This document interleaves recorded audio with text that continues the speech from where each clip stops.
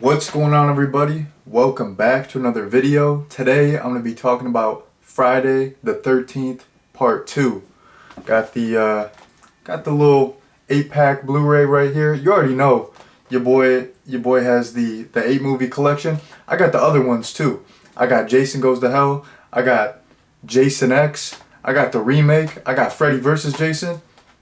I got all kinds of Friday the 13th / Jason films. So yeah, you know your boy has the Blu-ray, the 8-pack. Got this at Walmart in 2019. Shouts out Walmart. I got the Nightmare on Elm Street box set there too. I mean, I know this is not a box set, but because it's not in a box, it's just a disc.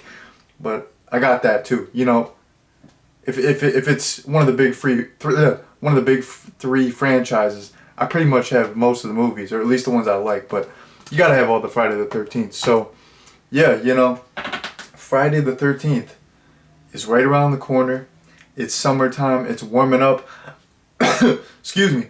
I was gonna review some or all of these movies this summer anyway. So you know, I was like, oh, Friday the 13th is coming up. I didn't even know. But then I looked at my work schedule. I was doing schedules and stuff, and I was like, oh my goodness gracious, Friday the 13th is coming up. And it's summer. I know I said that in my other video. Technically it's not summer because we haven't hit that solstice, but I'm not worried about these solstices. I'm worried about the vibe, the feel.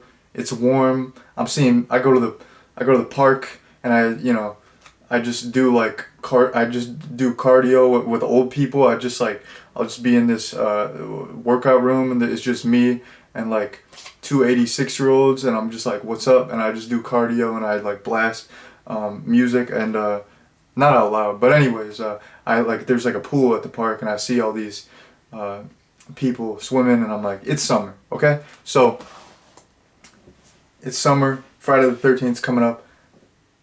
I had to start, reviewing these. I had that itch. I needed to scratch it. I had to review these. So yeah, here we go. Friday the 13th part 2. I'm a fan. I think this movie is great. And yeah, here's the deal. So, I'm a younger guy, relatively younger guy. So, I'm a fan of a lot of the later entries, and those are ones that I've seen more. This might sound crazy to some people. This might be blasphemous, but the first, actually no, yeah, I was gonna say four. No, the first 3 entries of the Friday the 13th series, I've probably seen the least. Except, like, Jason Goes to Hell, I've only seen one time. The time that I saw that, I was not into it. But yeah, in terms of like movies that I rewatch in the franchise, the first 3, I don't like feel the urge to put in and watch. But I gotta rewatch the 3rd one. That's another video. But like, I rewatched the first one for the channel. I thought it was great, and after rewatching part 2, like I said, I'm a fan. I think the part 2 is great. So there you go. That's my overall opinion. Now I'm gonna jump into a little plot summary. So you have these counselors. They're going to this counselor training center run by this gentleman Paul, and it's right on the shore of Camp Crystal Lake. And one night they're doing a little campfire, and Paul is telling the urban legend of Jason Voorhees. Everyone just thinks it's a legend. He even says it later on. He's like, "Come on, Jenny, it's just a legend. Jason's just a legend." But he tells a story, and later on, people start dying. So they correctly assume that it's Jason, because it is. I mean, we know at this point it's Jason. So yeah, basically, you got some kids at a camp, and they get killed by Jason. This movie is iconic because it's the first time we have Jason as the antagonist. I mean, he made a couple little cameos. He's like, "Hey, it's me," in the first one, but now he's fully grown, and he's ready for action. and he's rocking a sack. He's rocking what do they call them? Overalls, or yeah, I was about to say coveralls. He's rocking overalls. He's rocking a nice plaid shirt. He's ready for action now. So yeah, basically, you got some kids at a camp, and they're getting killed by Jason. You know the story. So, yeah. I mean, I feel like is that crazy to do a plot summary for for a Friday the 13th movie? Like, it's like, I mean, I guess some of them are different. Maybe, you know, Jason X or Jason Takes Manhattan. It's like, yeah, you know, he's killing people, but it's on a boat, and then it's in Manhattan. He's killing people, but it's in space. But in this one, it's standard. He's killing people at a camp. Only thing different is he's rocking a sack. But at that time, it wasn't different. But I mean, nowadays we look back and it's like, whoa, what is he wearing the sack for? Where's the hockey mask? Jeez, dude. But yeah, there you go. Plot summary. There's the plot summary for you. So, first point that I wanted to get into is Amy Steele as Ginny. I think she absolutely killed it. From like from rumblings that I've heard, I think Amy Steele is a lot of people's absolute favorite final girl, and I could totally see why. Okay, so they established early on that she's smart. She's just whooping Paul in chess. She's just like, boom, does 2 moves. She's like, done. I just whooped your ass in chess. And then she kind of gets into like she's just sipping some Bruce Carinos, and then she explains the psyche and the inner workings of Jason, and how, you know, he's mentally still a kid, and he had no concept of death until, you know, his mom died, and his whole sense of life and death is warped, and that might be why he goes about these killings, because it's like just an impulse, and he doesn't necessarily maybe he doesn't have that, you know, that rudimentary sense of life or death, or of good or evil. That's Dr. Loomis for you. But yeah, she's like getting into his psyche, how like he that was his introduction to death. He didn't understand it. He doesn't understand a lot of stuff, and he's like a child in a man's body, and he's probably still lurking in the woods. Like when she got into his whole psyche, that was smart. They like established early on that she's smart, but she's not a nerd, and she's not like a total prude. Like some final girls, they're like nerds. They're kind of like nerdy. They're kind of prudes. Like that's like the whole point. But she seems like fun. You know, like a lot of final girls, I like them as a final girl, but would I want to like sip a beer with them? Amy Steele as Ginny, she's smart as fuck. She's very strong. She's, you know, she's charismatic. She's fun. Like she's got all the ingredients. And like I said, like a lot of these final girls, even though they're strong, even though they're smart, it's like they're flat. They're not charismatic. Like Ginny is cool. Like I would like to hang with Ginny. Like I said, I would sip a beer with her. So had to shout out Amy Steele. Great performance. And I mean, I totally understand why she's regarded as, you know, one of the greatest final girls, a lot of people's favorites, because I mean, she kills it in this movie. She is absolutely fantastic. So shouts out Amy Steele. Shouts out Jenny. You already know.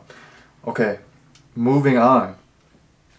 You know, your boy always talks about atmosphere, because, you know, I'm very environmentally conscious. I'm like, yo, man, what's going on with the atmosphere? You know, like I gotta watch like Toxic Avenger, and you know, it gets me. I gotta watch Biodome. I gotta watch I don't know, Earth Day centric movies. I don't even know what I'm talking about, but no, I'm not talking about that kind of atmosphere. I'm not talking about ozones.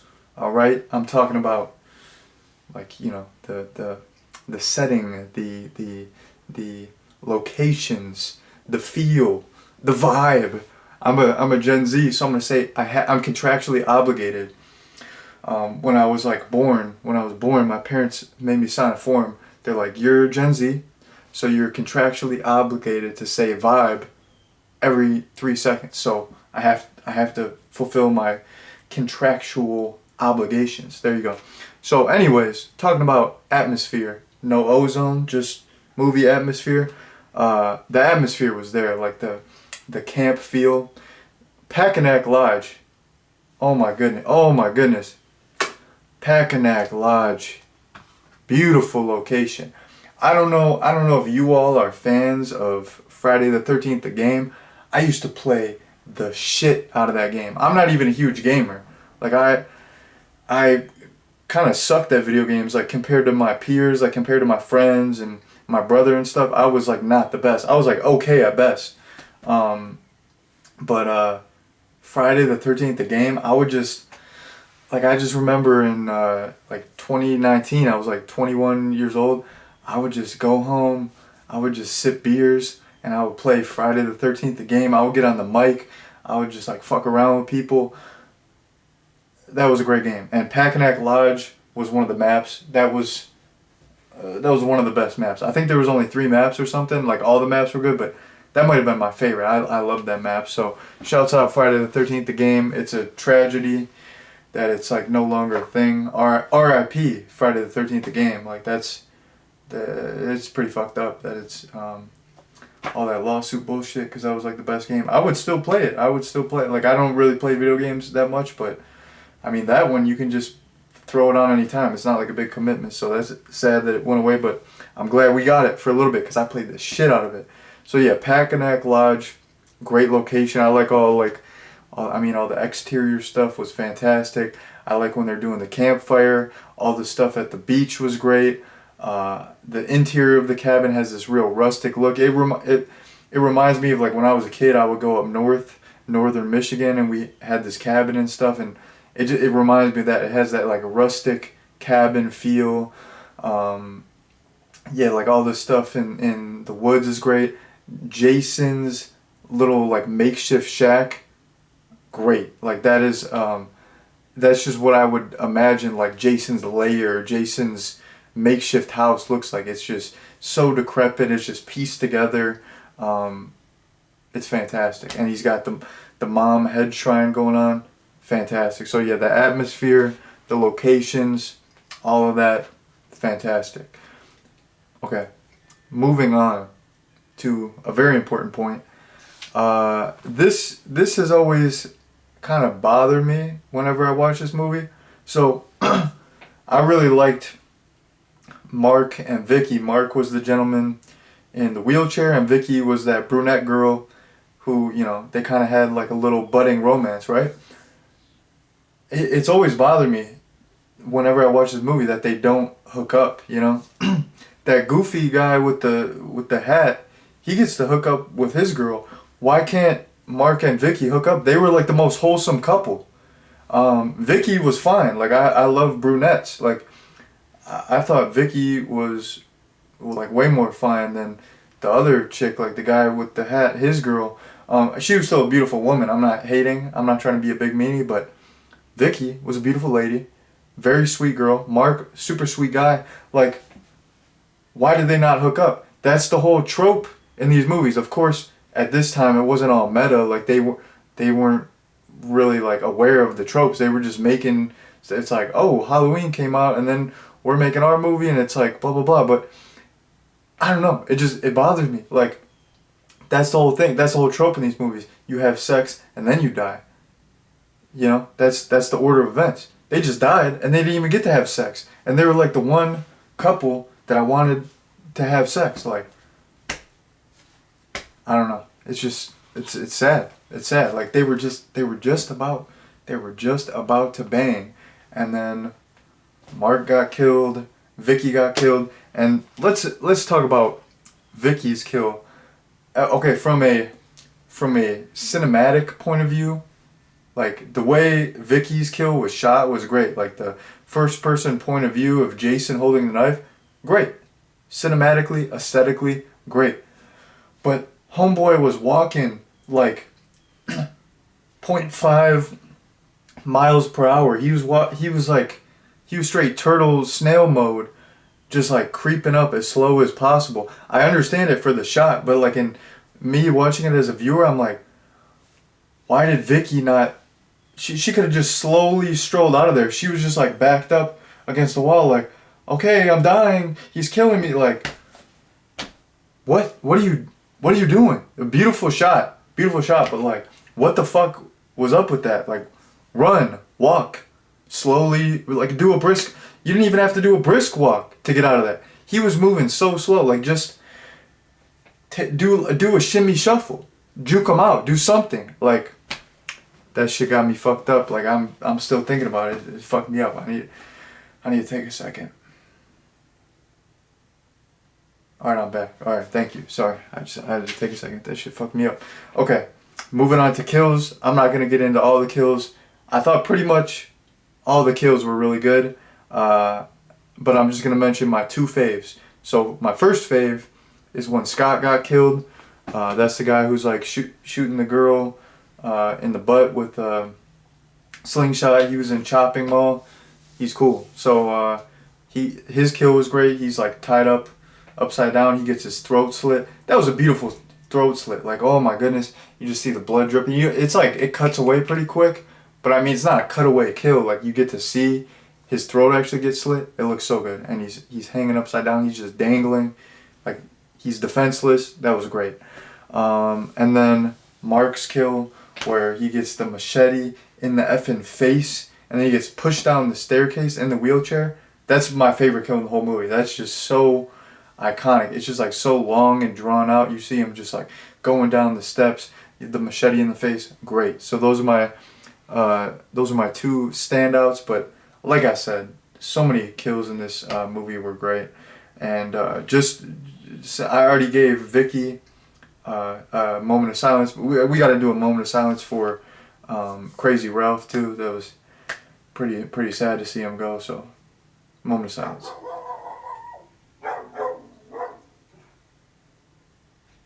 Alright, thank you. That was the moment of silence for Crazy Ralph. R.I.P. Crazy Ralph. Straight legend, straight icon. But I mean, he had to go, I guess. What are you gonna do? It was his time. Last point that I want to get into is, okay, in this movie, Jason is so clumsy. You know, in the later entries, he's referred to as Zombie Jason because he's a literal zombie, but also because like the way he moves, he's like more robotic. He like in the later entries, I feel like Jason kind of moves around like almost like Michael Myers in Halloween 2. Like he's moves around slowly. He almost moves around like a machine. In this movie, Jason is clumsy. He's just like wrestling Paul around. He's like tripping over stuff. He's just constantly falling down like Ghostface, you know? Like he's just clumsy AF. And initially, I was thinking it was kind of funny, and I was like, well, that was the character in this, like how Ginny described him. He's like supposed to be super childlike, and I was like, yeah, that's one point. But I was thinking too. I'm like, this is the first time Jason has killed people. Like, in like I said, this is the first time he's an antagonist. In the first one, he made a couple quick cameos, and you know, he dragged Alice underwater. But maybe that was a dream, maybe it was not. I don't know. I can't keep up. But like, this was his really his first like foray into killing, and that's why, like, in my head, that's what I was thinking. Like, that's why he's so clumsy. Like, I feel like as the movies go on, he's like a little bit more like methodical. He's planning stuff out more. He's not falling down and tripping. Like, he's just in control. Like, he's just murking fools like it's nothing. And that's kind of like what I summed it up to. The fact that he's tripping and he's clumsy, it's like anything. It's like if you want to start lifting weights, like, you're going to be terrible at first. Like, you're going to be lifting 1 pound. Maybe not literally, but it's like if you want to start making music, like, the first music that you make sucks always, and it takes like a long time. Like, you'll still suck, but like you'll keep sucking less. Like, that's how shit goes. So it's like this was like the equivalent to like Jason's first album. You know, this was like the first, like, if Jason was like a SoundCloud rapper, like, this was the first song he ever put out. Like, that shit, like, he didn't have a pop filter. He wasn't on beat all the way. Like, this was his first foray into killing. So like in my head, that's like how like it helped me rationalize the fact that he's tripping, because I'm like, why the F is he tripping? Like, why does he keep falling over? I'm like, it's Jason. But I'm like, at this point, Jason wasn't Jason. Like, this was the first time he was really murking fools, you know? Like, he was, you know, maybe not he killed Alice, but this was the first time he was really killing people, so of course he would not be good at it. And like, as the movies go on, he gets better and better and better, and then, you know, by the time like he's zombie Jason, he's a straight pro. So yeah, that was one point that I wanted to get into before I ski effing daddle. So yeah, there you go. That was it. That was my Friday the 13th Part 2 review. Don't worry though, more Friday the 13th more Friday the 13th reviews are coming. I'm excited. I'm having fun. I'm glad to do this franchise. So it's like I said, it's the perfect time. It's the perfect time. I'm gonna keep talking with my hands. So you know, I gotta hit you all with the obligatory recommendation. So in terms of a recommendation, this is a certified classic. If you have not seen it, it's the perfect time. Friday the 13th is coming up. You know, what better time to watch a Friday the 13th film than Friday the 13th, and it's the summer. So it's the summer, you got the actual day coming up, you might as well watch it. So yeah, I would recommend it. And I mean, this is iconic. It's the first appearance of Jason as the antagonist. You got a great final girl, great setting, some great kills. It's a beautiful film. So yeah, this is a straight classic. Check it out if you haven't seen it. If you have seen it, I don't know, maybe watch it again. But do, like the Hodge twins, do whatever the F you want to do. Shouts out to the Hodge twins. So yeah, that's my review. Thank you all very much for watching, and peace out.